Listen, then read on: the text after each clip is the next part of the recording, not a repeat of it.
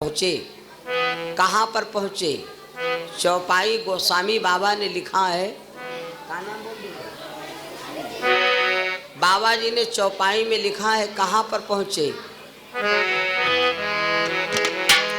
पहुँचे जाई अरे धेनुमती तीरा, पहुँचे जाई धेनुमती तीरा।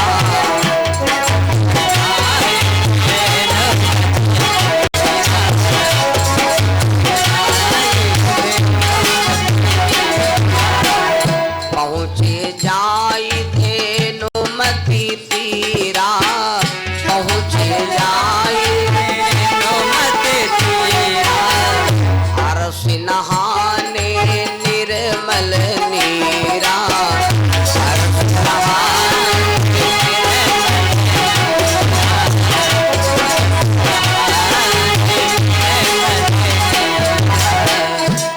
पहुँचे जाए धेनुमती तीरा। यहाँ पर लिखा हर्ष नहाने। हर्ष माने क्या? मैंने शाम को भाई बहनों को बताया था कि 3 जगह ऐसी है जहाँ पर जब जाओ तो शरीर के अंदर क्रोध ना होना चाहिए। कौन कौन 3 स्थान हैं?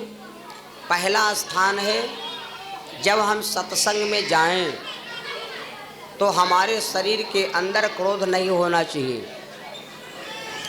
नंबर 2, जब हम तीर्थ में स्नान करने जावें तो तीर्थ के अंदर स्नान में क्रोध नहीं होना चाहिए। या हम आप साधु के पास जाएं, संत आश्रम में जाएं तो हमारे शरीर के अंदर क्रोध नहीं होना चाहिए।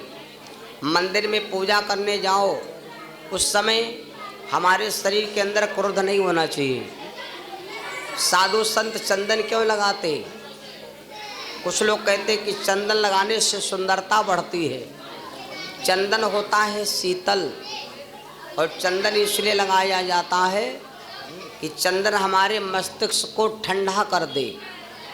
चंदन लगाने से प्राणी के शरीर का क्रोध कम पड़ जाता है।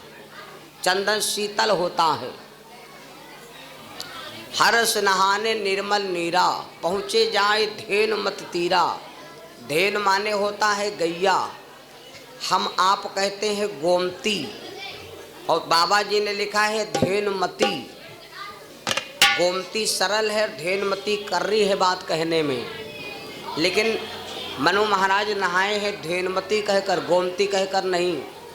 कहते हैं कि जो व्यक्ति गोमती माता में गोमती कहकर के स्नान करता है उसे गोमती के नहाने का कोई भी फल नहीं प्राप्त होता है।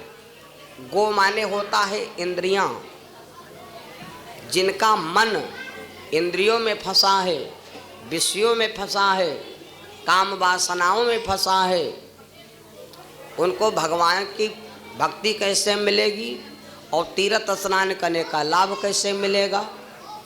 इसलिए धेनु माने होता है गैया, जिनका मन गैया के पवित्र दूध के समान है। वो एक बार स्नान कर लें तो उनका स्नान महान है। इसलिए बाबा जी ने लिखा पहुँचे जाए धेनुमती तीरा, हर्ष नहाने निर्मल नीरा।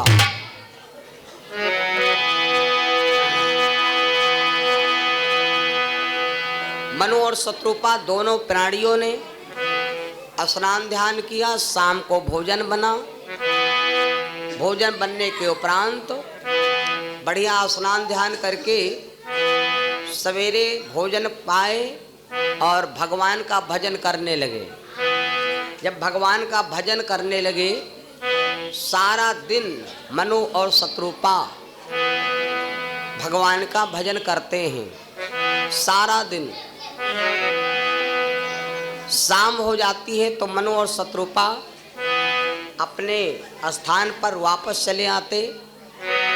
ऐसे ही क्रम चलता रहा। बहुत दिन तक भगवान का भजन करते रहे, लेकिन भगवान की भक्ति का कोई भी लाभ ना मिला। कोई भी जब पुण्य प्राप्त ना हुआ तो एक दिन शत्रुपा बोली, स्वामी इतने दिन भगवान का भजन करते करते हो गया, और हमको भगवान की कोई भी शक्ति सामने ना आई और कोई भी हमें पुण्य प्राप्त ना हुआ। मनु महाराज ने कहा, देवी भगवान की भक्ति का फल इसलिए नहीं मिल रहा क्योंकि ये भोजन गड़बड़ कर रहा। इसलिए एक बात मानो, आज से हम आप भोजन करना बंद कर देंगे। आज से हम ये खाना नहीं खाएंगे, केवल अब फल आहार करेंगे। सारा दिन मनु महाराज तपस्या करते हैं, खाना बंद कर दिया। अब क्या खाते हैं?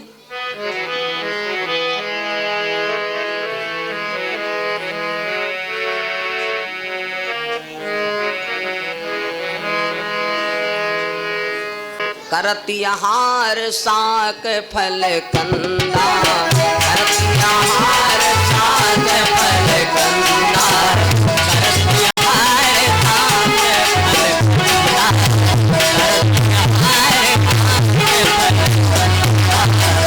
करती आहार साक फल कंदा, सुमिरहि ब्रह्म सच्चिदानंदा, सुमिरहि ब्रह्म सच्चिदानंदा।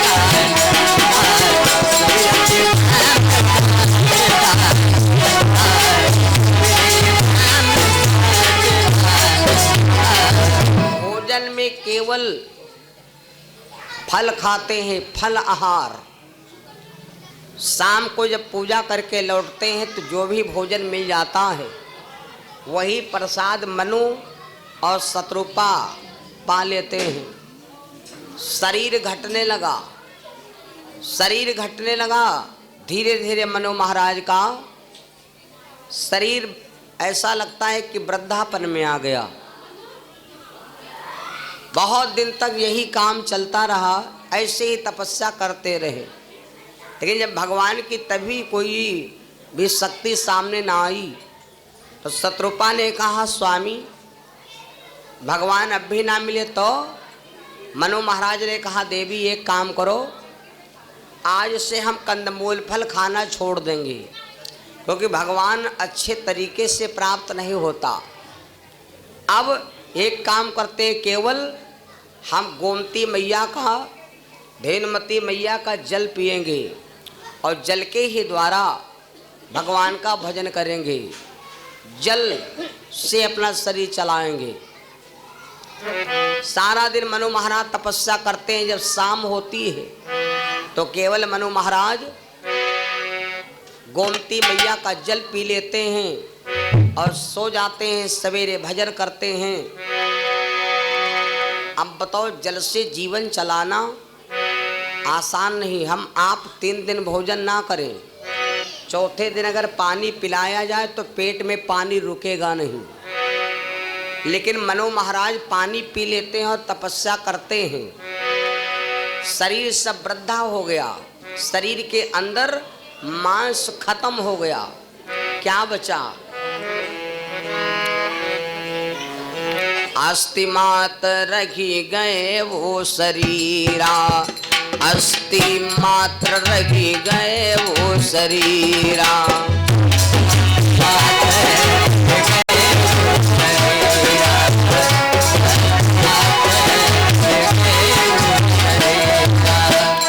अस्थि मात्र रही गए वो शरीरा, तब हो तपे बन में रणधीरा।